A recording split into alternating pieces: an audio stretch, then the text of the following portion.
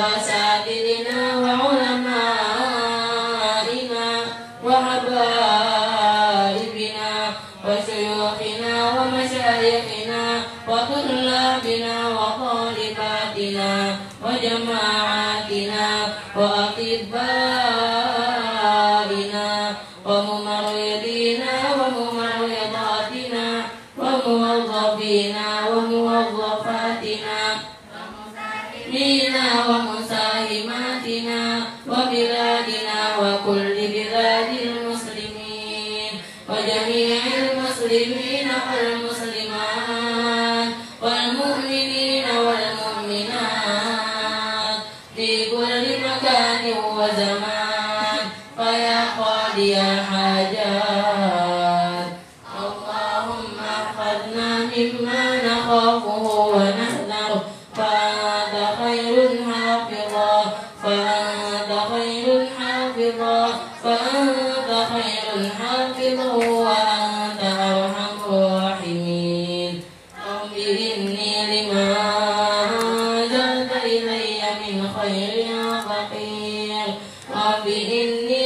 لما أنزلت إلي من خير فقير رب إني لما أنزلت إلي من خير فقير وإذا مرضت فهو يشفين وإذا مرضت فهو يشفين وإذا مرضت فهو يشفين سلام على نوح في العالمين سلام على نوح في العالمين سلام على نوح في العالمين اللهم لا يأتي بالحسنات إلا أنت ولا يدفع السيئات إلا أنت ولا حول ولا قوة إلا بك اللهم لا خير إلا خيرك ولا خير إلا خيرك ولا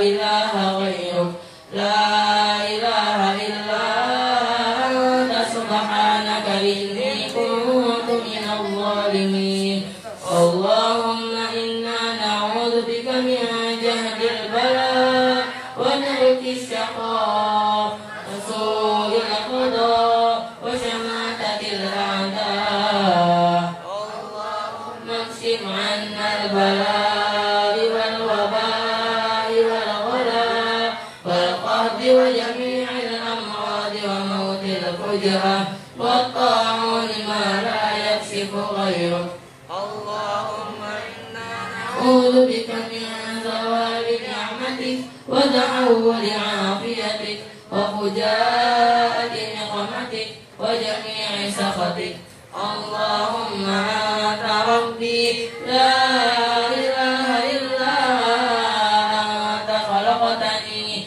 وأنا عبدك وأنا على عهدك ووعدك ما استطعت أعوذ بك من شر ما صنعت أبوء لك بنعمتك علي وأبوء بذنبي فاغفر لي فإنه لا يغفر الذنوب إلا أنت اللهم طول عمرنا وصحح أجسادنا ونور قلوبنا وثبت إيماننا وأحسن أعمالنا ووسع أرزاقنا وإلى الخير قربنا وعن الشر أبعدنا وقد حوائجنا في الدين والدنيا والآخرة إنك على كل شيء قدير اللهم افتح لنا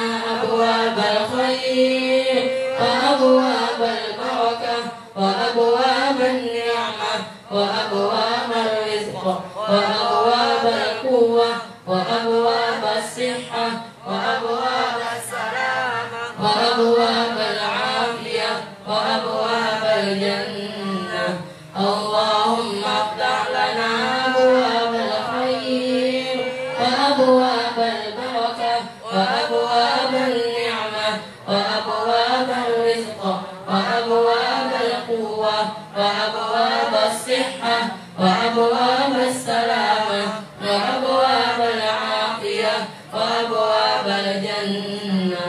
اللهم افتح لنا أبواب الخير وأبواب البركة وأبواب النعمة وأبواب الرزق وأبواب القوة وأبواب الصحة وأبواب السلامة وأبواب العافية وأبواب الجنة. رب اغفر لي وارحمني وتب علي. رب اغفر لي وارحمني وتب علي. رب اغفر لي وارحمني وتب علي. ربنا آتنا في الدنيا حسنة وفي الآخرة حسنة وقنا عذاب النار. وسبحان ربك رب العزة عما يصفون وسلام على المرسلين والحمد لله رب العالمين. Assalamualaikum warahmatullahi wabarakatuh. Alhamdulillahilladzi anzala al-Qur'ana fi Ramadan hudan lin-nasi wa bayyinatin minal huda wal furqan. Ashhadu an la ilaha illallah wahdahu la syarika lah wa ashhadu anna Muhammadan 'abduhu wa rasuluh, amma ba'd. Faqad qala Allah ta'ala fi kitabihil karim. A'udzu billahi minasy syaithanir rajim.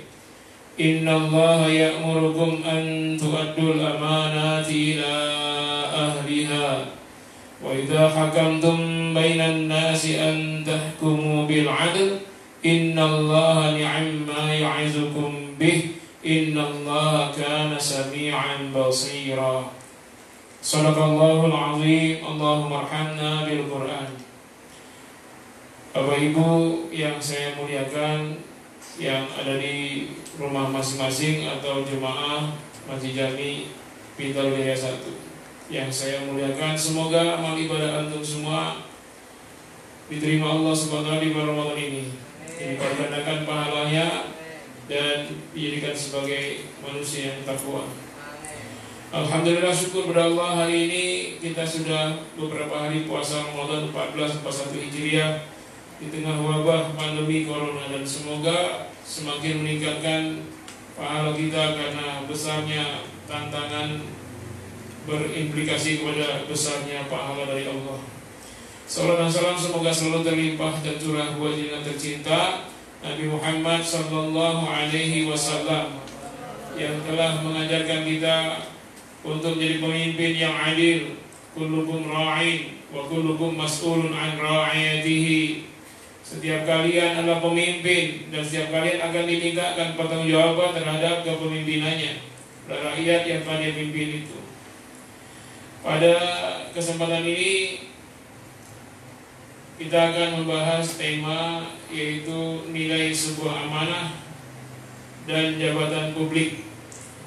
Tema ini sangat penting di tengah-tengah wabah corona di bulan Ramadan 1441 Hijriah ini, karena ada kaitan antara kondisi masyarakat dengan pertanggungjawaban para pemimpin yang memangku amanah terhadap nasib rakyat yang terdampak karena kasus corona ini, dengan pemutusan hubungan kerja, pengangguran yang bertambah, orang miskin yang makin susah, orang fakir yang sengsara, dan anak yatim yang sekarang entah bagaimana nasib mereka. Jadi ini ada kaitan dengan pemimpin yang mendapat amanah. Kita pahami dari surat Al-Baqarah ayat 183, tujuan puasa adalah agar menjadi orang-orang yang bertakwa. Orang-orang yang bertakwa ya siapa saja?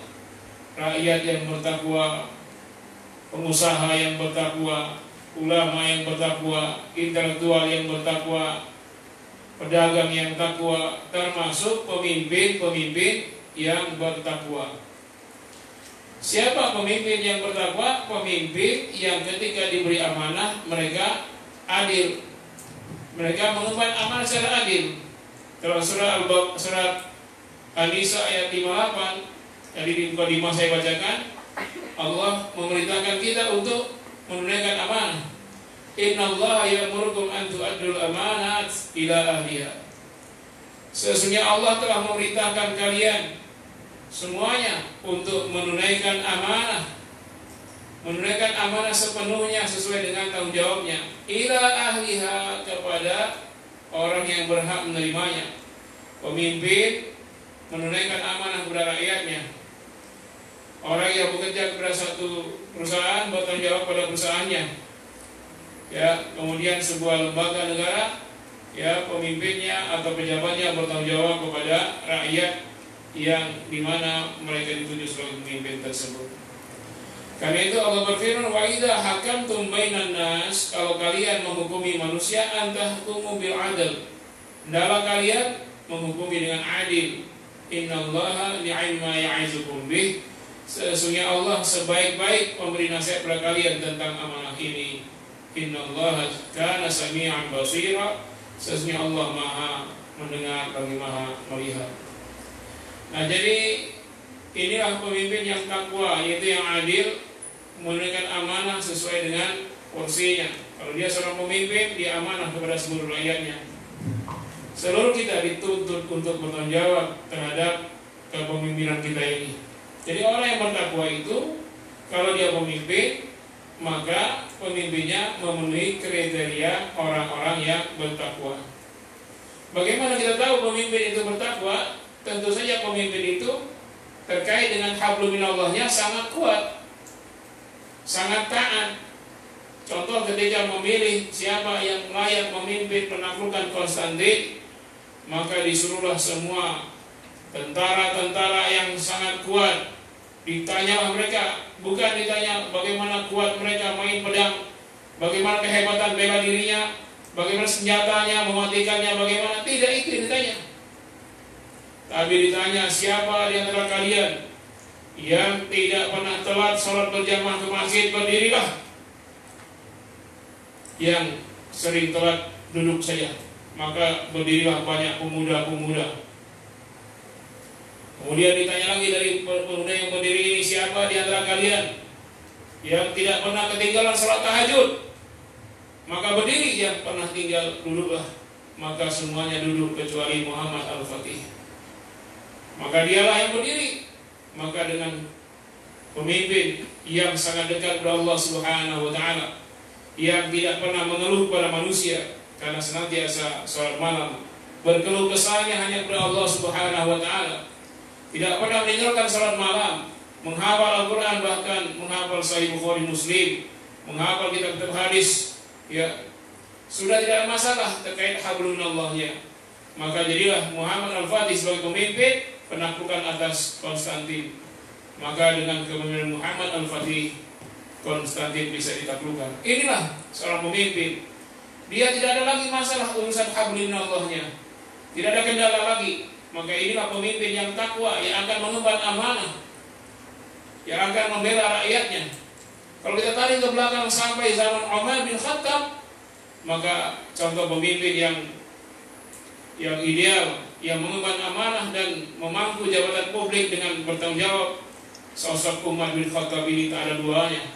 Pernah juga setelah itu cicitnya Umar bin Abdul Aziz, contoh sang oyang kakeknya ini, ya. Ketika Umar bin Khattab jadi khalifah, maka beliau tidak bersyukur, beliau tidak bersyukur, beliau beristighfar, merasa ini musibah besar. Musibah telah melanda Umar bin Khattab dan keluarganya. Kenapa musibah melanda Anda, wahai Khalifah Umar? Karena barusan pagi-pagi orang-orang membayar saya jadi khalifah. Kenapa musibah? Karena ini beban berat, tanggung jawab tidak hanya kepada rakyat, tanggung jawab terhadap bahkan sampai kepada hewan sekalipun. Seorang pemimpin akan dimintakan pertanggungjawaban. Bagaimana nasib hewan? Adakah ayam yang kelaparan? Adakah kambing yang kelaparan? Adakah kuda yang terjatuh di jalan karena jalannya rusak? Ini khalifah akan dimintakan pertanggungjawaban.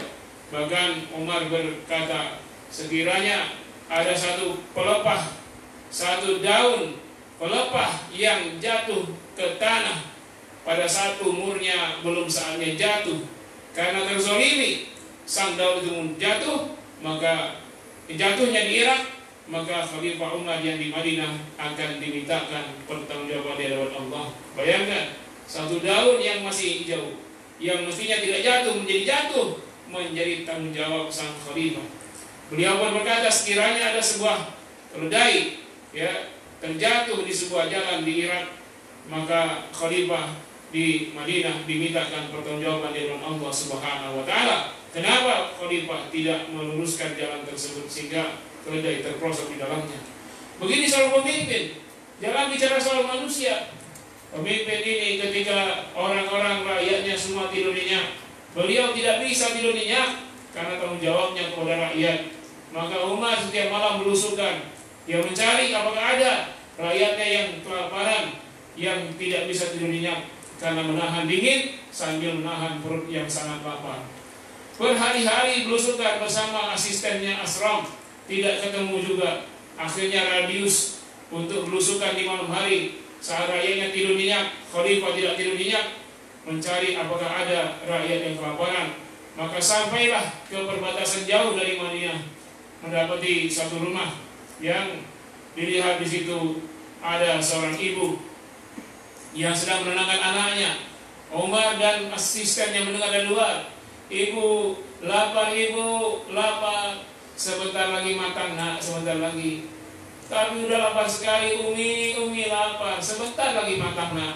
Akhirnya sampai anak tertidur. Maka Umar pun tertegun. Lalu setelah itu mengetuk pintu dan mohon izin masuk.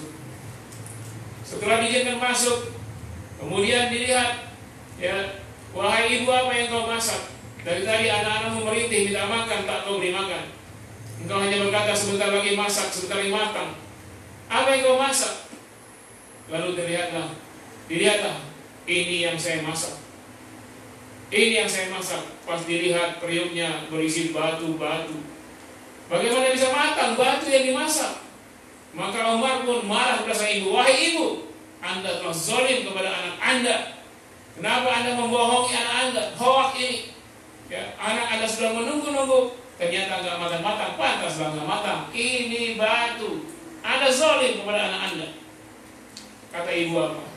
"Wahai bapak, wahai kisanak, wahai musafir yang sedang singgah ke rumah saya ini, ya, memang saya telah zalim kepada anak saya. Tapi Khalifah Umar, pemimpin yang sangat zalim, dia enak-enakan tidur dengan perut kenyang malam ini, sementara kami kelaparan tak bisa tidur. Anak kami merintih, dia sedang enak-enak tidur nyenyak." Umar tidak marah, malah Umar bergetar hatinya.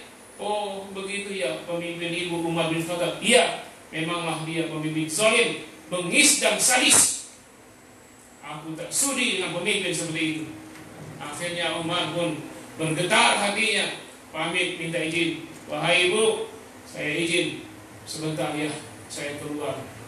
Akhirnya Umar bin Khattab kembali ke Madinah dengan memacu kudanya secepat-cepatnya sampai asistennya tak terkejar.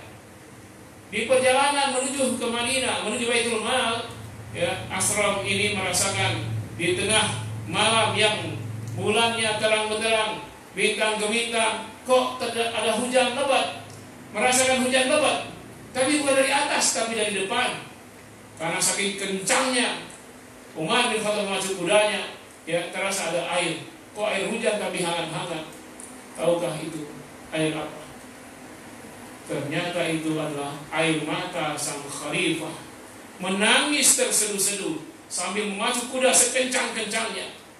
Air mata mengalir dari depan, tentu saja dengan kuda yang cepat itu ke belakang. Maka asistennya merasakan air mata itu. Tak terkejarkan, menangis, merasa siksa neraka, merasa bahwa dia sudah di dalam api neraka jahanam. Akhirnya sampai ke Baitul Mal, cepat-cepat beliau mengambil beberapa karung gandum, mengambil, ya, paha onta yang sudah diawetkan, lalu beliau memikulnya. Kata asistennya, "Ya Khalifah, biar saya memikulnya, saya mengangkatnya." "Tidak, biar saya memikulnya." Umar pun meletakkan karung kurma, karung gandum dan daging itu di kudanya, memacu kuda sekencang-kencangnya. "Wahai Asram, engkau tidak bisa memikul dosa saya di akhirat nanti." biarkan saya memikul sendiri. Dipacu kembali kuda sekencang-kencangnya sampai ke rumah ibu tadi. Ya, akhirnya Umar pun memberikan sekarung gandum dan juga makanan tadi. Dan langsung khalifah yang memasakkan makanan sampai matang. Ya, daging dan gandumnya. Kata Umar, ya ibu, bangunkanlah anak-anak. Sekarang anak-anak pun bangun. Umar pun menyuapkan makanan itu kepada anak-anak tersebut sampai kegirangan, lalu tidur kembali. Kalau tadi sang anak tidur kelaparan, sekarang tidur dalam keadaan kekenyangan. Maka si ibu berkata, ya Kisanak, siapakah Anda? Anda baik hati, tak kenal dengan saya, tiba-tiba Anda membantu begitu rupa. Anda orang yang sangat baik, tidak seperti Khalifah Umar yang sangat kejam dan bengis itu, yang zalim itu. Maka Umar berkata, wahai ibu, maafkanlah Khalifah Umar bin Khattab, dia tidak tahu nasib ibu seperti ini. Lalu ada siapa? Sayalah Umar bin Khattab yang ibu sebutkan dari tadi. Akhirnya Umar tidak marah. Setiap hari, setiap Jumat akan dikirimkan makanan ke sini. Dan tolonglah beritahu Umar kalau ada rakyat yang kelaparan lagi. Nah, begitulah Khalifah memperhatikan rakyatnya, memangku jabatan publik ya dengan penuh amanah dan tanggung jawab. Maka para pemimpin hari ini tidak usah kita protes, kita hanya menuntut saja, tolong penuhi hajat rakyat yang sekarang sudah pada kelaparan. Di wabah pandemi ini ditambah lagi wabah DBD yang sudah mulai pulang, hujan sudah mulai sering turun, sarang nyamuk sudah banyak. Maka tolonglah pemimpin cari solusi sebelum DBD juga mewabah. Ini kita harapkan pemimpin kita adalah orang-orang yang bertakwa, yang sayang kepada rakyatnya, yang bertanggung jawab kepada Allah, terutama di akhir zaman nanti, di akhir nanti bisa bersama rakyatnya mendapat ridha Allah, masuk surga Firdaus bersama Rasulullah. Amin ya rabbal alamin. Terima kasih banyak. Ini yang saya sampaikan. Semoga jemaah sekalian menambah sedikit inspirasi. Jadilah pemimpin yang amanah dalam kapasitas masing-masing, minimal sebagai kepala keluarga, pemimpin atas keluarganya, bertanggung jawab atas semua yang dipimpinnya. Mudah-mudahan pemimpin kita ke depan pemimpin yang amanah, pemimpin yang sesuai dengan aturan Allah dan Rasulnya, sehingga sejahtera rakyat, terbentuklah negeri kita baldatun thayyibatun wa rabbun ghafur. Terima kasih banyak. Mohon maaf. Wassalamualaikum warahmatullahi wabarakatuh. Berapa menit ini? 16. Bapak Ibu yang di rumah, tadi rekaman saya karena permintaan Masjid Bintaro Jaya, Masjid Jami Bintaro Jaya untuk yang kedua, agar saya membuat video YouTube untuk ceramah berjudul Nilai Sebuah Amanah dan Jabatan Publik. Tema ini adalah tema kita juga, ya, tentang nilai sebuah amanah dan nilai jabatan publik dalam Islam. Tadi sudah saya sampaikan bagaimana sesungguhnya pemimpin yang amanah itu. Pemimpin yang amanah adalah pemimpin yang takwa. Nah, puasa ini menjadikan semuanya takwa. Pemimpinnya takwa, rakyatnya takwa. Orang kayanya takwa, orang miskinnya takwa. Bagaimana orang kaya takwa? Hablum minallah terjaga, hablum minannasnya juga terpenuhi. Orang kaya menyantuni yang miskin. Rakyat yang takwa bagaimana? Rakyat yang terjaga hablum minallahnya dan juga tidak semena-mena, ya, tidak merongrong orang kaya. Jadi sama, yang kaya menyayangi dengan menyantuni, yang miskin menghormati yang kaya. Inilah silah hubungan kaya miskin dalam Islam. Tidak ada jurang pemisah yang dalam, ya, sangat dekat antara kaya dan miskin. Jadi contoh pemimpin yang amanah sudah banyak dalam Islam. Semua khulafaur rasyidin adalah pemimpin yang amanah, mulai dari Abu Bakar As-Siddiq, Umar bin Khattab, Utsman bin Affan, Ali bin Abi Thalib, terus sampai Umar bin Abdul Aziz. Ya, semuanya pemimpin yang adil dan amanah. Ya. Kalau Umar paling banyak itu al-mazaya Umar bin Khattab, al-mazaya keistimewaan. Ada kitabnya dia banyak yang menyebutkan keistimewaan Umar bin Khattab, di antaranya seperti yang pernah saya sampaikan ketika di awal jadi khalifah beliau menolaknya. Beliau baru menerima jabatan khalifah setelah ada orang yang berani menjamin Kalau beliau salah akan dipenggal lehernya, maka beliau menerima jabatan tersebut. Sebelum jadi khalifah beliau pakainya 3 setel. Tapi setelah jadi khalifah hanya 2 setel saja. Dan sahabat-sahabat yang masih hidup ketika Umar jadi khalifah, jadi imam di Masjid Nabawi, mereka melihat dari belakang, ya, baju kebesaran khalifah itu dihitung ada lebih 20 tambalan. Baju seorang pemimpin ada 20 tambalan. Setiap robek beliau jahit dengan tangannya sendiri. Beliau tidak beli baju baru seorang pemimpin. Saat Umar, Islam menguasai seperempat dunia, dari Afrika Utara sampai perbatasan Rusia, itu termasuk Turkmenistan, Uzbekistan, Bukhara, itu kan dulu sampai ke situ. Sementara raja-raja lain, Heraklius raja itu pakaiannya kebesarannya luar biasa, makanya enak-enak. Sementara Khalifah Umar makannya roti keras, roti Arab itu. Roti Arab seperti ini, seperti mie ini, besar. Kalau baru matang enak, dimakan lembut, kasih susu enak, ya, makan pakai kopi juga enak. Wah, enak sekali ya, ada kopinya, ada roti, ada gorengan, ada buah-buahnya, ada es buah. Itu es buah di gelas, bulir-bulirnya menetes. Oh ya, lagi puasa ya? Oh ya, memang saya ingat lagi puasa. Nah, tidak seperti itu makanan umat. Ini kalau masih baru harganya agak tinggi, tapi kalau sudah 3 hari murah roti tersebut. Tapi kerasnya luar biasa, ya, sekeras kayu. Kalau dipukul kepala benjol. Itu roti Arab. Nah, itulah yang dimakan khalifah. Kok roti keras 3 hari itu, 4 hari nggak laku. Itu cara makannya nggak langsung gigit, ya, dikulung-kulung dulu dengan mulut, nah kena air ludah, agak lunak baru digigit.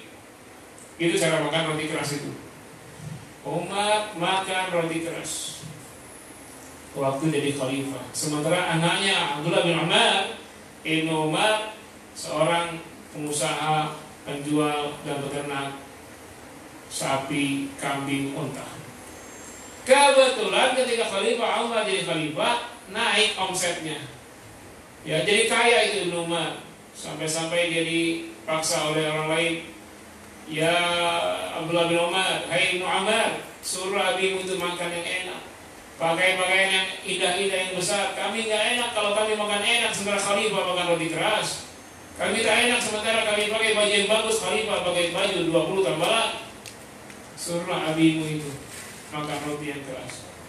Menolak Ibnu Umar berkali-kali, tapi dipaksa juga. Akhirnya beliau memberanikan diri, dibawalah roti keras.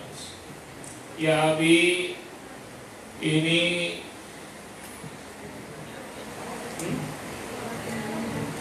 dibawakan roti lembut, kan lagi puasa. Kayaknya saya dengar hujan di luar, makanya saya ingat ini hujan keras nih, roti keras. Ya, hujan di luar. Nah, kan? Jadi datanglah ya Abi, aku datangkan roti lembut, makanlah Abi. Ini ada pakaian yang bagus, pakailah. Apa kata Khalifah kepada Umar? Wahai anakku, aku ini pemimpin penguasa seperempat dunia.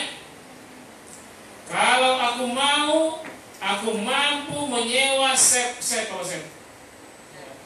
koki-koki, tukang masak yang istimewa, bisa masak apa saja yang enak-enak. Masak rendang, sate kambing, tongseng, ya, ayam kremes, ayam geprek, ayam, semua bisa dah. Apa susah bagiku sebagai pemimpin seperempat dunia? Aku bisa sewa tukang jahit tailor ya, yang terbaik membuat baju-baju kebesaran melebihi Kaisar Heraklius, Kaisar Romawi. Tapi aku takut, wahai anakku, jiwaku ini lebih cinta kepada dunia lalu melupakan akhirat. Sekarang juga engkau tinggalkan bisnismu, serahkan semua hewan ternak dan perniagaanmu itu kepada Baitul Mal. Mulai sekarang tidak ada anak dan keturunan Umar bin Khattab Haji mumpung ayahnya khalifah, dia jadi pengusaha. Berhentilah engkau. Musibah, akhirnya Abdullah bin Umar pun tidak lagi bisnis, semua hartanya disedekahkan ke Baitul Mal. Padahal jago bisnis. Nah, maka kita kenal Abdullah bin Umar adalah seorang perawi hadis dari para sahabat yang paling banyak meriwayatkan hadis, dan bacaan Qurannya sangat bagus, dan khatam baca Quran 2 kali sehari. 2 kali, sekali dalam sholat tahajud, sekali di luar sholat tahajud. Gak ada kerjaan lain, ya itu sambil memberi nasihat, mengajarkan sahabat, jadi ulama saja. Kalau mau kaya raya nih, jadi orang tuanya jadi khalifah, anaknya sengsara akhirnya. Kalau Umar tidak jadi khalifah, barangkali Ibnu Umar sudah jadi pengusaha kaya raya. Nah, inilah pemimpin kaum muslimin, ya. Hati-hati sekarang ini pemimpin orang berebutan. Jadi pemimpin dangdutan, syukuran dangdutan. Aduh, bukankah ini berat, ya? Jadi begitu berat.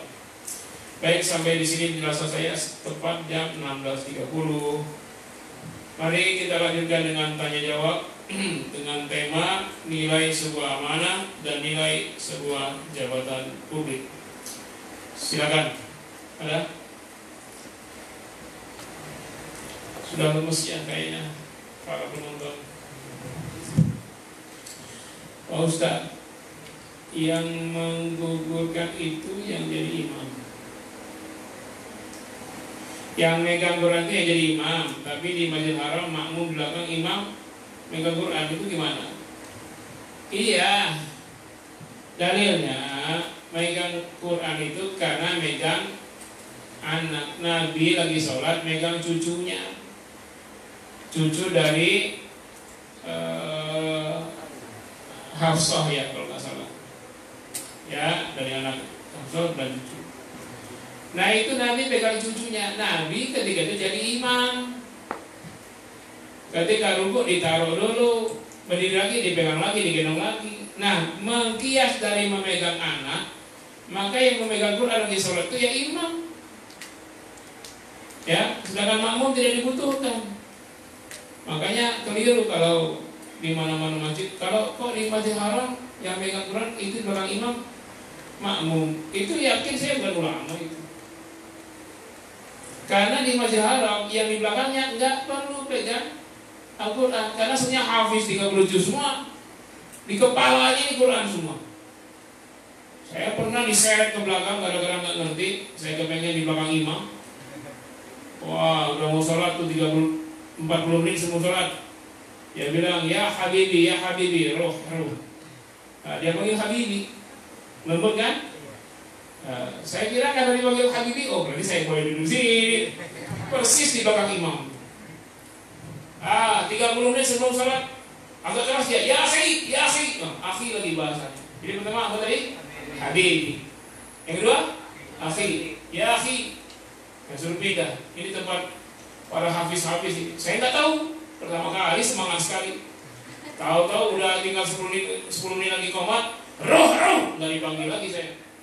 Diseret ke belakang, ditarik tangan saya, disuruh ke belakang, 3 saf ke belakang. Oh, itu urutannya ya.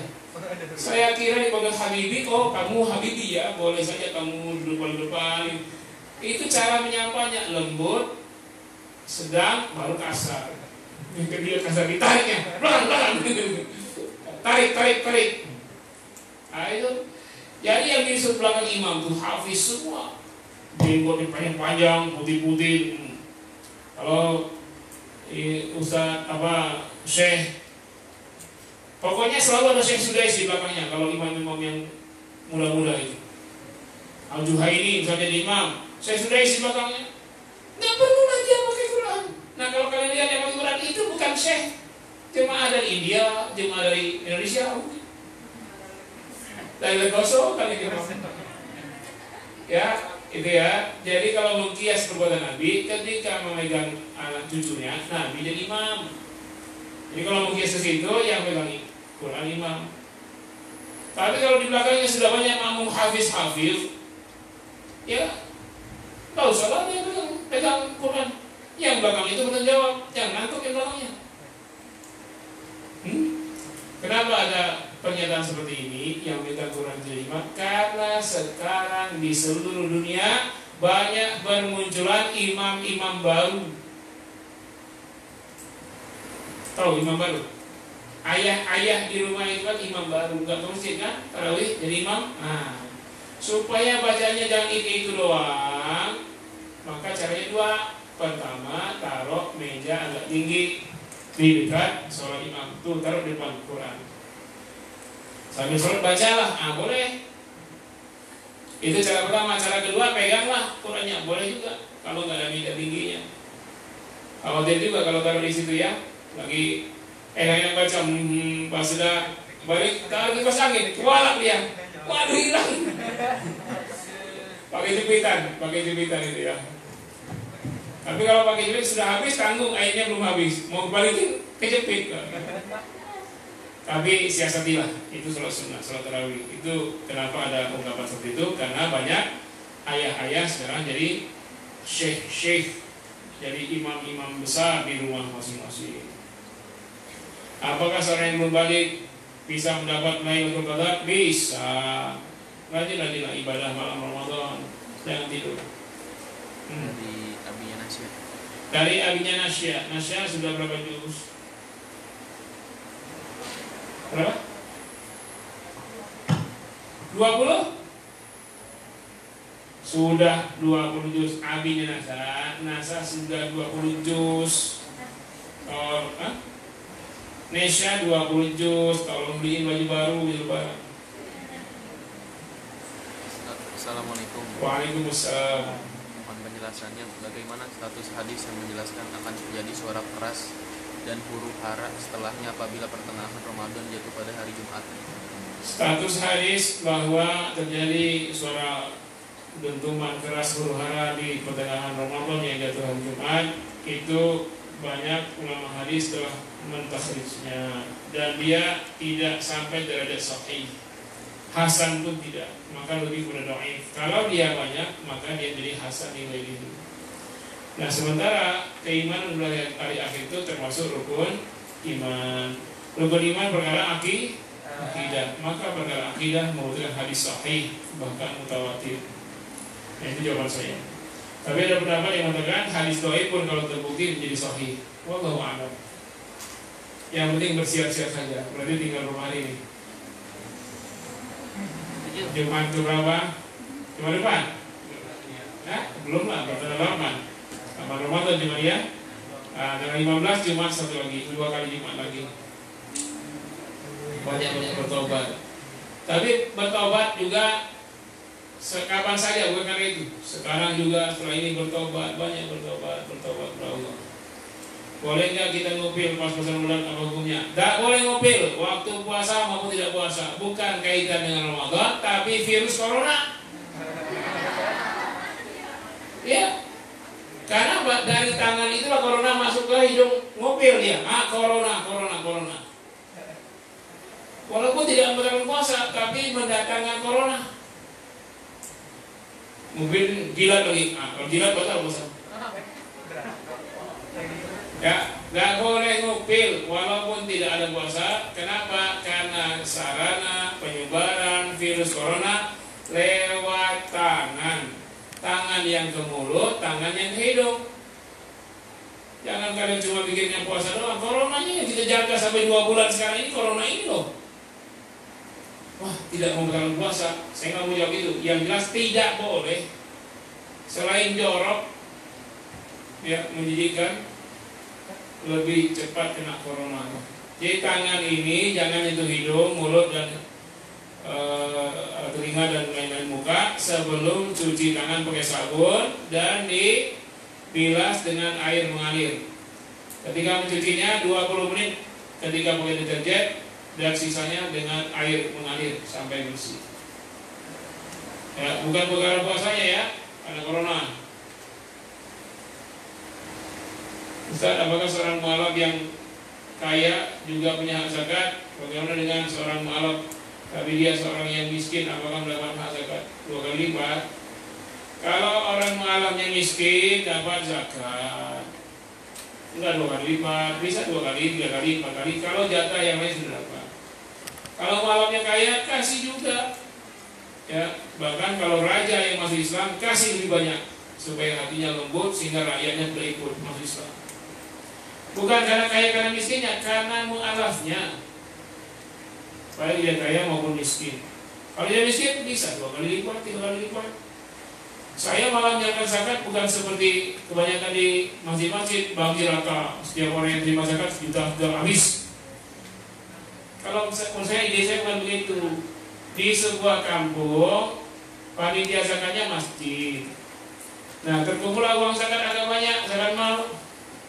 Jangan dibagi rata habis. Data berapa orang miskin? Oh, ada 3 kakak atau 5 kakak. Hitungan miskin berapa sih? Orang yang penghasilannya di bawah 4 juta itu miskin. Data tuh yang terima zakat tuh. Berapa penghasilan sebulan? Cuma 1,5 juta. Oh, berarti kurang berapa ya? 2,5 juta kan? Dari 4 juta sebulan. Maka hak zakatnya 2,5 juta kali 12. Berapa? Kan setahun zakat. 2,5 juta kali 12 berapa? 30 juta. 30 juta diserahkan kepada dirinya, tapi jangan langsung dikasih. Dilatih dulu keterampilan. Apakah jual bakso, apakah bikin bakso ya. Setelah terampil baru kasih dalam bentuk zakat itu, suruh digerobak, beli bahan-bahan, alat-alat, nanti dia jualan. Mungkin habis semuanya itu, dari 30 itu habis 20. 10-nya dia bisa serap untuk makan harian. Nah, yang 20 juta jadi modal bakso, dia sehari-hari akhirnya terpenuhi hasil dari jual bakso. Maka tahun depan jangan pernah dikasih zakat lagi.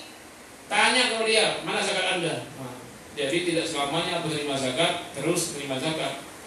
Maka naiklah derajatnya sebagai muzaki, orang yang memberi zakat, tidak melulu menjadi mustahik. Nah, itu sebuah ide yang cemerlang dalam pemberian zakat sebenarnya. Ya. Apalagi 500 habis semua, dia tahu orang jadi miskin terus. Nanti di akhirat yang masuk surga duluan orang-orang miskin atau orang kaya. Tergantung, bisa orang miskin karena nggak ada yang dihisab. Bisa orang kaya yang dermawan, tiba-tiba semua masjid dari dia. Ustadz ceramah ke Papua, ke NTT, ke Bengkulu dari darah dia. Semua pahala ustadz, semua pahala orang di masjid untuk dia semua. Sebanyak itu pahalanya, masa nggak masuk surga duluan? Dengan hartanya sang dermawan bisa masuk surga duluan. Tapi kalau dia bakhil, bukan lagi masuk surga terakhir, malah masuk neraka dulu.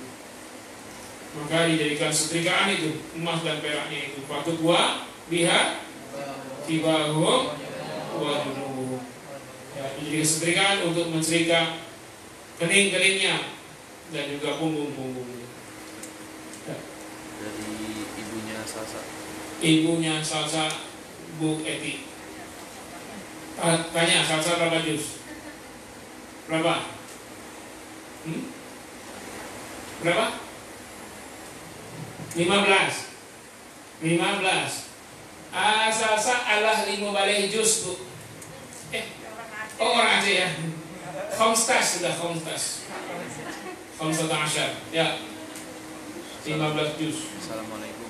Waalaikumsalam warahmatullahi wabarakatuh. Ustaz, alhamdulillah untuk saat ini hafiz dan hafiz atau hafidho banyak terlahir, tapi terkadang akhlaknya belum baik. Bagaimana agar seorang hafizho bukan hanya Al-Quran, tetapi juga berakhlak Al-Quran? Mohon tipsnya. Banyak hafizho bermunculan tapi kurang berakhlak. Bagaimana itu? Karena Al-Quran dihafalkan untuk jadi imam, untuk menang juara tahfiz, untuk tampil-tampil.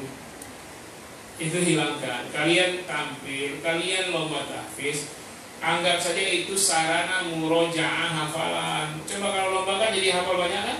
Hafalan terjaga, nah untuk itulah lomba-lomba. Entah menang entah enggak, terserah lah, yang penting hafalan terjaga. Untuk menghafal Quran karena ingin mencintai Allah, ini kalam Allah. Karena itu menghafal Quran dengan pemahaman. Maka di Quran ini diterjemahkan, ditafsirkan dulu. Maka konsep kita adalah at-tahfidz bil fahmi, hafal dengan paham. Dia cuma hafal Quran doang, nggak peduli dengan maknanya, maka dia bisa hafal tapi kering. Kalau nggak hafal, ujungnya salah, patah, Ya, fa illam taf'alu wa lan taf'alu fattaqun nar allati waquduha an-nas wal hijarah u'iddat lil kafirin. Kalau dia hafal doang, dia ingat di surah lain, wasari'u ila maghfiratin min rabbikum wa jannatin 'arduha as-samawati wal ardh u'iddat lil. Nah, ini surga muttaqin. Ya tadi neraka. Bolak kembali. Yang mesti muttaqin jadi kafirin, yang kafirin jadi muttaqin. Fatal. Coba kalau tahu artinya. Wasari'u ila maghfiratin min rabbikum wa jannatin 'arduha as-samawati. Surga yang luasnya seluas langit dan bumi disediakan untuk, lupa dia. Apa ya ujungnya? Akhirnya dia asal-asal sudah. U'iddat lil mu'minin. Salah enggak? Salah, tapi enggak sefagal yang tadi. Hati-hati ya. Jadi imam ya dengan pemahaman. Kalau cuma hafal doang nggak paham bisa salah-salah baca. Ya, ni'matik, nikmatik. Itu yang keliru. Boleh makan nggak sebelum Idul Fitri? Memang sunnahnya sebelum sholat Idul Fitri makan. Dan sunnahnya sebelum sholat Idul Adha tidak makan. Nah, itu bolehkan ya. Kalau kita sudah nahan puasa 30 hari Ramadan, pas Idul Fitri sebelum berangkat makan.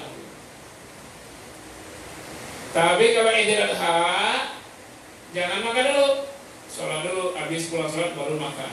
Ya, itu kebaliknya, sunnahnya gitu. Dulu saya punya guru perempuan dan beliau mengkodok puasa Ramadannya saat anaknya udah kelas 2. Apakah boleh? Boleh. Kalau dia sekarang tidak puasa karena hamil, lahiran, nyusuin, mau mengkodok tahun depan hamil lagi 2 kan? Langsung dia kodok pada tahun ketiga tidak hamil, langsung dia kodok 60 hari. Boleh. Memang begitu. Dia tidak termasuk lalai karena dia berturut-turut melahirkan dan menyusui. Ya. Dari uminya Nasya. Dari Uminya Nasya. uminya Nasya. Nasya. Ya, silakan. Ustaz, bagaimana agar kita bisa mendapatkan pemimpin seperti Al-Faruq Umar bin Khattab yang sangat memperhatikan? Bagaimana kita bisa mendapatkan pemimpin seperti Umar Al-Faruq? Ya, pemimpin itu kan dari rakyat. Kalau dia dipilih, maka terbentuknya pemimpin seperti Muhammad Al-Fatih atau seperti Umar Al-Faruq atau malah seperti Abu Lahab, itu tergantung rakyat. Jadi kalau pemimpin begitu ya karena rakyat begitu. Tahu-tahu di provinsinya orang kafir jadi pemimpin, langsung minuman halal, yang minuman keras 40% anak sekolahnya mabuk-mabuk langsung. Itulah cerminan. Jadi pemimpin itu cerminan rakyat. Jadi evaluasi lah. Yang kedua, mesti dalam bingkai syariat Islam. Kalau bukan syariat Islam nggak akan terwujud pemimpin begitu. Coba mau sistemnya bukan syariat Islam. Pemimpin yang adil diharapkan muncul. Tahu-tahu dia suap, dia sogok yang milih-milihnya. Terpilihlah yang nyogok. Ya, kalau sistemnya nggak Islam. Sembako dibagi-bagi saat mau kampanye. Tapi kalau sudah sedang corona, partai-partai politik nggak ada yang bagi sembako ya. Harusnya sekarang lah partai politik menunjukkan kasih sayangnya kepada rakyat, membagikan makan kepada rakyat yang kelaparan. Sekarang Ka'bah sudah berapa lama kosong? Kata Ustaz, jika kosong selama 7 hari tanda-tanda kiamat. Nggak kosong. Ada sekarang terus imam-imam, syekh-syekh sama pekerja-pekerja masjid itu selalu sholat berjamaah, termasuk sholat tarawih di Masjidil Haram, di Masjid Nabawi. Cuma tidak lagi 2-3 tapi 11 saja. Lalu sisanya mereka pulang di masing-masing melanjutkan sampai witir. Nggak kosong. Sampai sekarang masih ada.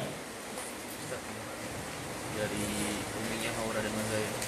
Uminya Haura dan Mazaya. Haura kam juz'an qara'til Quran. 20 juz. Mazaya berapa? 15. Mazaya 15, Haura 20. Ya, jangan lupa baju baru.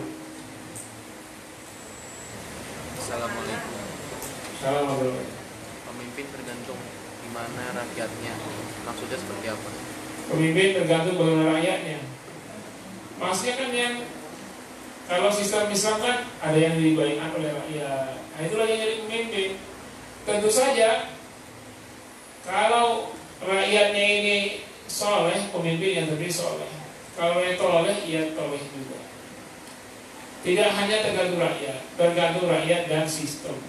Ya, sistemnya memang tidak memberi fasilitas orang-orang kufur, orang-orang zalim jadi pemimpin. Tapi kalau sistemnya memberi, seperti siapa yang paling banyak bayar yang jadi pemimpin, maka susah orang soleh. Karena orang soleh tidak mungkin nyogok. Kalau dia nyogok, dia melanggar agama, nggak mungkin jadi pemimpin. Ya, kalau dia sudah nyogok, orang soleh tidak soleh lagi dia. Susah memang sistemnya. Nah, mulailah dari memperjuangkan sistem. Apakah seorang miskin yang menjadi kaya wajib membayar zakatnya? Ya, yang belum dia bayar ketika miskin, oh enggak, bayar zakat ketika kaya saja. Yang ketika miskin kan sudah terima zakat, enggak usah bayar zakat. Kalau seorang perempuan dia puasa dan dia menjadi segala yang buruk dan membatalkan puasa, pas 5 menit menuju buka dia haid, apakah puasanya sia-sia?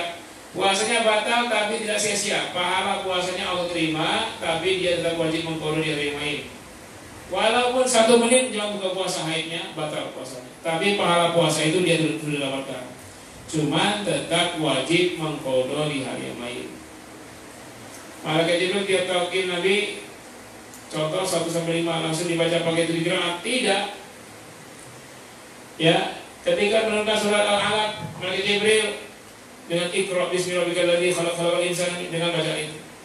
Nanti ketika Nabi Muhammad setelah bulan Ramadan, Malaikat Jibril mencontohkan bacaan lainnya. Tapi untuk Al-Alaq tidak ada 7. Jadi jangan dikira gini ya, sama akhirah itu 7 bacaan itu, oh berarti dari Alif Lam Mim, dari Al-Fatihah sampai An-Nas itu ada 7 macam bacaannya. Jadi Al-Fatihah 7 macam, Al-Baqarah 7 macam. Enggak begitu. Enggak begitu. Yang berbeda ujung-ujungnya dikit-dikit doang. Contoh Al-Baqarah ayat 1-3 misalnya. Ya ayyuhalladzina amanu kutiba alaikumus syiyam kama kutiba alal ladzina min qablikum la'allakum tattaqun. Ada ya la'allakum tattaqun. La'allakum mat-tabi.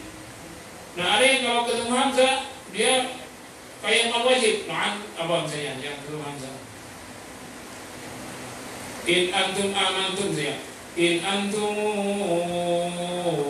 amantum. Ayat yang begitu aja ada. Cuman di Quran itu saja, bukan semua ayat. Jangan dikira Quran ada 7 macam. Quran bukan 7 macam. Quran hanya 1 saja, tapi cara baca ada 7. Maksudnya pada ayat tertentu. Pada sebagian besarnya sama semua bacaannya. Pada misalnya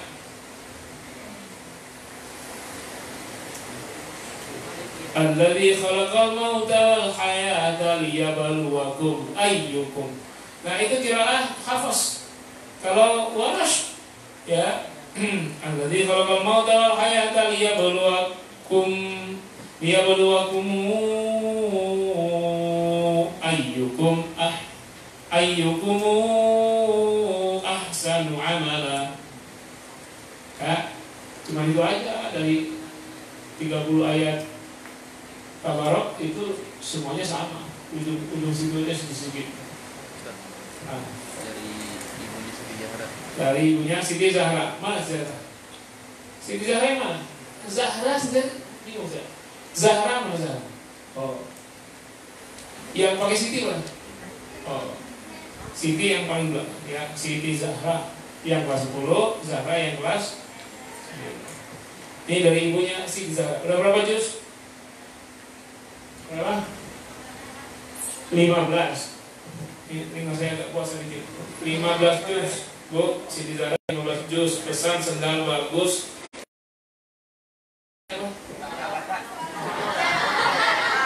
Beres sendal jepit.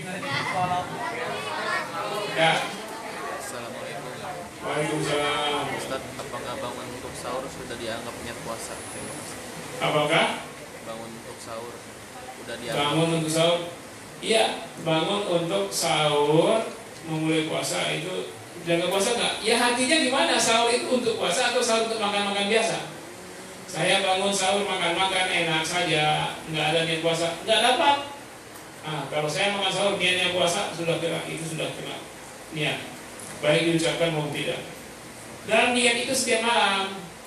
Jadi nanti nih sudah maghrib nih, buka puasa, makan buka puasa, setelah itu niatlah untuk besok. Mau diucapkan serah, mau enggak, ya. Ya Allah, saya berniat puasa besok. Nah itu cukup. Oke, lagi tertib. Nawa itu sama qadin an ada ifad syair man hadis sanadillah. Ya. Tapi kadang-kadang kalau begini, dia tertib baca tapi nggak ngerti artinya. Kalau nggak ngerti artinya nggak masuk di hati, nggak kena niatnya. Ya, harus dipahami di hati. Apakah jihad yang memberi ISIS terima Allah? Tidak, itu bukan jihad, itu jahat. Kenapa? Dia memerangi para mujahidin. Ya, jauh harus roh dia bantai. Kalau IG minum pas di mulut, gimana IG? Elnya pakai titik. Kalau lagi minum pas di mulut masih ada, terus azan, gimana? Keluarlah, cuma minum doang. Ya kan? Makanan juga punya gitu.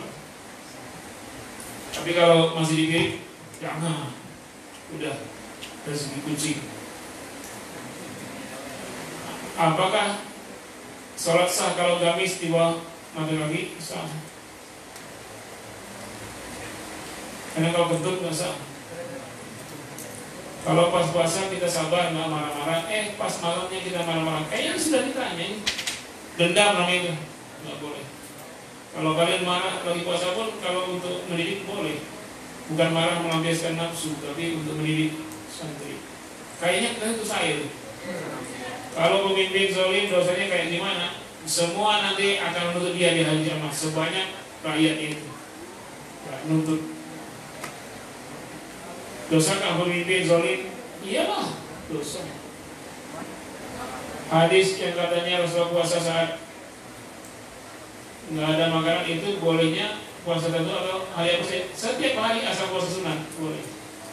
Niatnya lagi waktu duha boleh. Kalau belum minum, belum makan dari sahur, dari subuh. Kalau misalnya kita lagi sholat, pegang Al-Quran agar tidak ngantuk dan agar tahu bacaan imamnya, masih lama atau tinggal sebentar, apakah hukumnya makruh? Jangan ya. Orang yang belum balik boleh jadi imam, boleh. Modalnya 6 tahun jadi imam ya. Siapa namanya? Bin Maslamah. Kalau kita zakat yang wajib biasanya ada akad. Terus kayak ditalaki doa gitu. Lalu jika kita zakat sendiri wajib nggak tidak doa? Yang doa itu penerima, bukan yang zakat. Khudz min amwalihim shadaqatan tutahhiruhum wa tuzakkihim biha wa sholli 'alaihim inna sholataka sakanun lahum. Khudz min amwalihim, ambillah dari harta mereka itu zakatnya. Wa sholli 'alaihim, doakan mereka. Jadi yang terima zakat itu yang doain yang berzakat, bukan yang berzakat yang berdoa. Alhamdulillah, terima kasih Pak, semoga Allah memberkati. Kalau Imam Syafi'i mengajarkan doanya ajarakumullah fi ma'abaita wa barakalaka fi ma'abqaita. Semoga Allah memberi pahala apa yang kau berikan dan memberkahi semua harta yang masih ada. Itu doa Imam Syafi'i. Kalau kita Qur'an nazilah pas salat witir, boleh nggak Qur'an nazilah pas salat subuh? Boleh. Qur'an nazilah salat zuhur, asar, maghrib, boleh. Apakah mering makan kucing yang sedang kelaparan bisa menolong kita di akhirat? Yes, boleh. Tapi makan kamu, jangan makan orang, makan kasih kucing. Bagaimana kalau kita jadi panitia kurban yang bagi daging-daging ke rakyat-rakyat? Apakah boleh memberi daging ke rakyat yang non-muslim dengan niat agar nantinya luluh? Memang berhak orang non-muslim dikasih kurban, tapi sumber hewan tidak boleh dari non-muslim. Apa hukumnya membaca Al-Quran saat mendengar kajian? Itu berkhianat namanya. Bagi pengajian dia tidak dengar kajian. Ya, kalau memang sesuai dengan yang disampaikan, oh itu ayatnya, saya buka, boleh. Ibu yang hamil menyusui nggak kuat bayar fidyah dan kodok, terus kodoknya apa? Nggak kuat bayar fidyah dan kodok. Ya kalau mereka mesti mau kodok, bukan nggak kuat, nggak boleh nggak kuat, harus dicoba dulu, ternyata nggak kuat, baru ada rukhsah keringanan berikutnya. Meneteskan instok ke mata nggak bisa ibadah, apakah batal puasa? Tidak. Emang itu dimakan. Nyebut merek ya, tetes mata gitu. Enak banget ya itu produknya, dapat iklan nggak bayar. Kalau pemimpin yang adil, surganya kayak gimana? Apakah dia surga yang itu yang pertama kali dapat perlindungan Allah saat tak ada perlindungan lagi, itu pemimpin yang adil. Ada sab'atun, 7 yang yuzilluhumullah yaumal qiyamah la zilla illa zilluh. Yang berapa Pak? Al-imamul adil. Yang pertama dapat naungan di sisi Allah di hari kiamat saat tidak ada naungan lagi.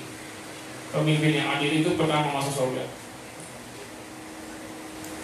Apa saja sunnah-sunnahnya berbuka puasa? Sunnahnya menyegerakan. Yang kedua baca doa. Ya, segera jangan lama-lama. Pas adzan langsung baca doa. Apa? Zahabaz zama'u wa batallatil urud wa thabatal ajr insyaallah. Atau Allahumma al-rasul.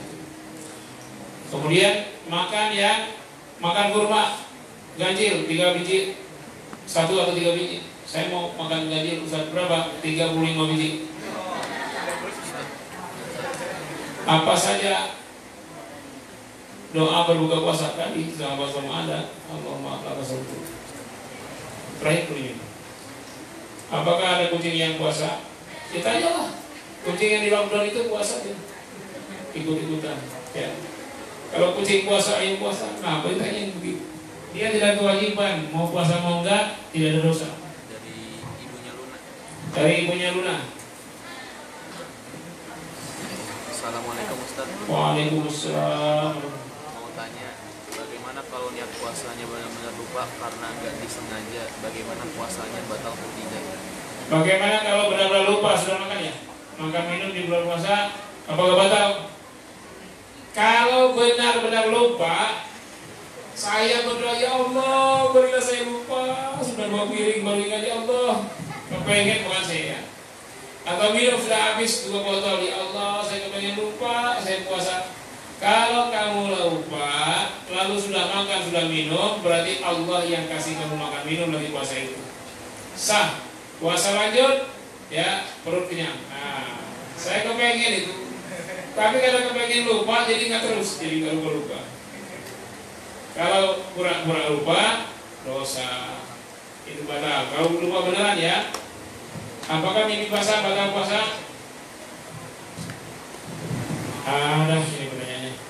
Kalau mimpi basah itu betul-betul mimpi nggak batal. Tapi kalau pura-pura mimpi itu batal itu. Dosa besar. Ya, onani dosa besar. Wajib mengkodok di hari lain, bertobat dulu dan wajib mengkodok di hari lain. Kalau dulu kita sering bohong sama orang tua, terus saya taubat, apakah dosa kita minta maaf sama orang tua dulu baru taubat. Bagaimana cara turun nazirah di sholat yang bacanya dikecilkan? Kalau sendirian baca pelan, kalau berjamaah baca keras. Sholat zuhur jadi imam, turun nazirah. Yang lainnya pelan semua, takbir aja yang bunyikan. Setelah sami Allahu liman hamidah, Allahumma inna na'udzubika min jahdil bala wa dzalkil syaqa wa su'il qada wa syamatatil a'da, keras. Biar makmum mengaminkan, karena hadisnya begitu. Nabi baca keras, wa yu'amman man khalfahu, diaminkan oleh jemaah belakangnya. Saya minta maaf karena pernah buka Quran Ustaz saat ceramah. Iya, saya maafkan. Yang nanya tadi itu nanya kedua dia. Maaf Ustaz, makan kucing sudah habis. Bilang Pak, tolong dibeli. Habis? Ada di sini? Alhamdulillah, demikian anak sekalian. Kajian kita kali ini mudah-mudahan bermanfaat. Kita sudah menjawab beberapa pertanyaan dan menyampaikan. Insyaallah ini yang tadi direkam ada di YouTube. Semua kajian setiap hari Bapak Ibu bisa dilihat di YouTube channelnya Bait Qurani Channel ya.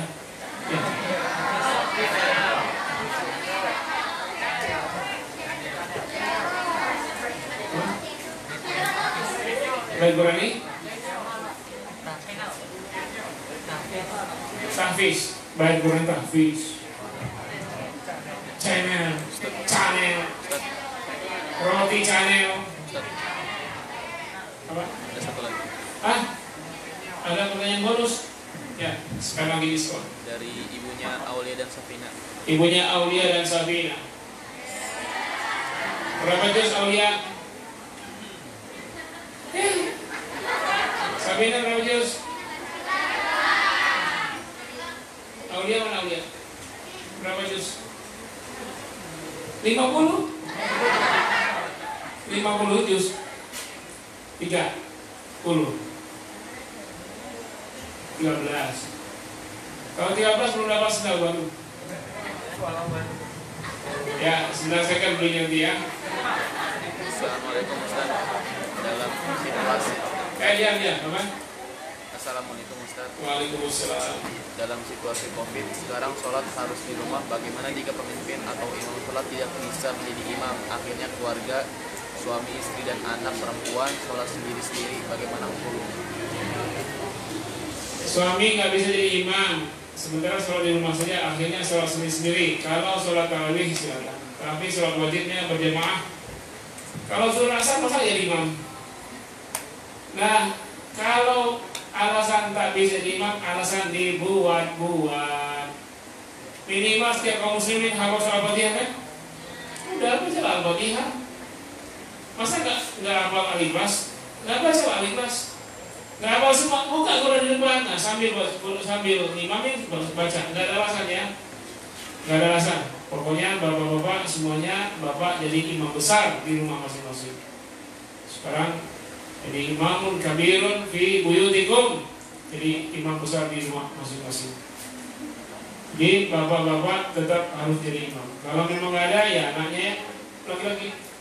Jangan sholat sendiri-sendiri.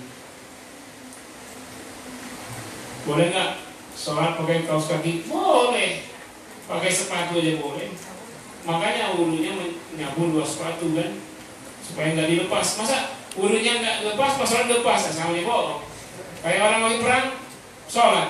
Apakah sepatu itu lagi lepas dulu mau wudhu? Terkejar oleh musuh dulu. Makanya dia menyabun 2 sepatu, langsung sholat dengan sepatunya itu.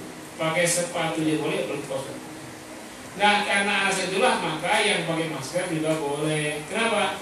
Hidung ini kan anggota sujud. Kan gara-gara masker tertutup, kena lantai. Boleh nggak? Boleh. Alasannya karena kaos kaki itu juga kaki anggota sujud. Pakai kaos kaki boleh. Asalkan ya semuanya itu tanah, kaos kakinya dan maskernya. Jadi kaos kaki dan masker itu juga bagian dari bumi.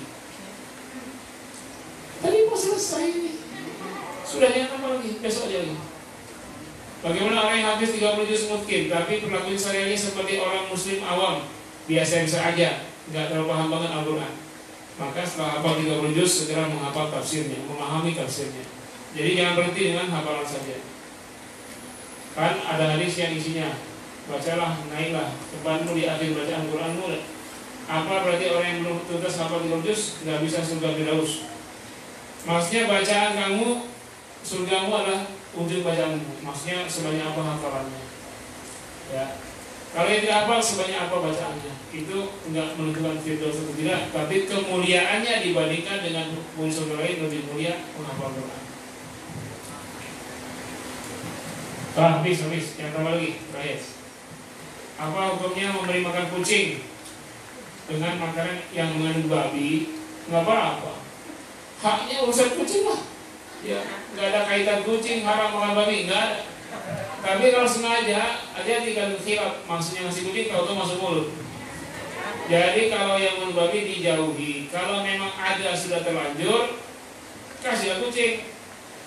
Ya, misalnya ikan bangkai itu, lele mati, nggak mungkin kalian goreng kan kalau udah bau, kasih kucing. Rezekinya dia. Jangan iri kalian dengan rezeki kucing.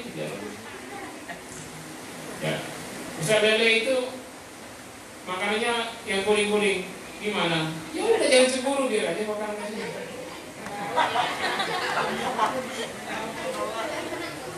Bagaimana luwak itu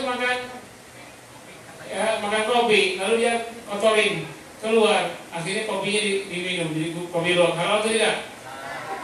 Belum tentu halal, haram dulu dia, dipisahin dulu karena memang ada kulit arinya kopi itu yang tidak termama oleh dia. Nah itu tinggal dikupas, kupas semua tuh tainya juga hilang. Jadi bukan minum tai. Ya, kopi luwak itu dari kotoran kok luwak itu musang. Nah, dan itu yang dia pilih kopi yang bermutu tinggi semua. Itu si luwak tidak makan kecuali kopi yang bagus. Makanya kopi luwak itu mahal. Ya, karena diseleksi oleh si musang, oh ini yang bagus dimakan, bagus makan. Yang jelek tidak dimakan sama dia. Maka hasilnya pun dia tidak makan tuh kopi, tidak dicerna, tetap utuh. Nanti keluar bersama kotorannya, nah dipisahin dengan kotoran dengan kopi, jadi halal. Ya, yang sengaja mau kotorannya ya haram lah terus. Tapi kenapa ya kopi luwak agak pahit-pahit gitu? Tapi enak gitu, wangi sekali, tapi agak pahit-pahit karena memang gulanya sedikit. Kalau kopi yang lain gulanya banyak. Memang dia untuk yang diabetes masih akrab. Jadi promosi ya. Masya Allah. Demikianlah pengajian kita hari ini, anak-anak sekalian. Tetaplah belajar, menuntut ilmu dari pengajian ke pengajian, ya. Serius, kalau bersantai, ilmu pun dapat, ya. Siap-siap untuk buka puasa. Semoga keberkahan didapatkan. Kita berbuka, niatkan karena Allah. Insyaallah menu hari ini berkualitas karena Bapak Ibu ada yang menyumbangkan uang, bukan bentuk barang. Kita tidak terima makanan karena kita masak sendiri. Sudah berlaku ini sampai 2 bulan. Jadi mohon maaf kalau ada yang antar-antar makanan, kita terima uang, belikan bahan, kita masak sendiri. Karena memang kondisi menuntut seperti itu. Ya, kemudian yang saya sampaikan, terima kasih banyak atas perhatian. Mari kita tutup dengan istighfar dulu 3 kali dan doa kafaratul majlis. Astagfirullahaladzim, astagfirullahaladzim, astagfirullahaladzim. Subhanakallahumma bihamdika asyhadu an la ilaha illa anta astaghfiruka wa atubu ilaik. Wassalamualaikum warahmatullahi wabarakatuh.